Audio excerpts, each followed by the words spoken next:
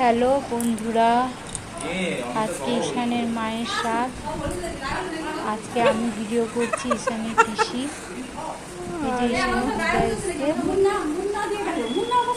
এই ঈশানের মাসির ছেলে। বেশি বড় করে করা হয়নি, ঘরের মধ্যে ঘরোয়াভাবে করা হয়েছে। এটা ওর মাসির শ্বশুর শাশুড়ি। ভালো আছেন? মাসি এখনো আসেনি। এই যে ঈশানের বাবা মা, এইটা ঈশানের দাদু, সবাই ঈশানের বাবা চলছে। এই যে সমস্ত সামনে করছে, কে এসছে রে? সবাইকে দেখাবো। বলো কে হয়, জোরে বলো। হলুদ রঙের পাঞ্জাবি পরেছে,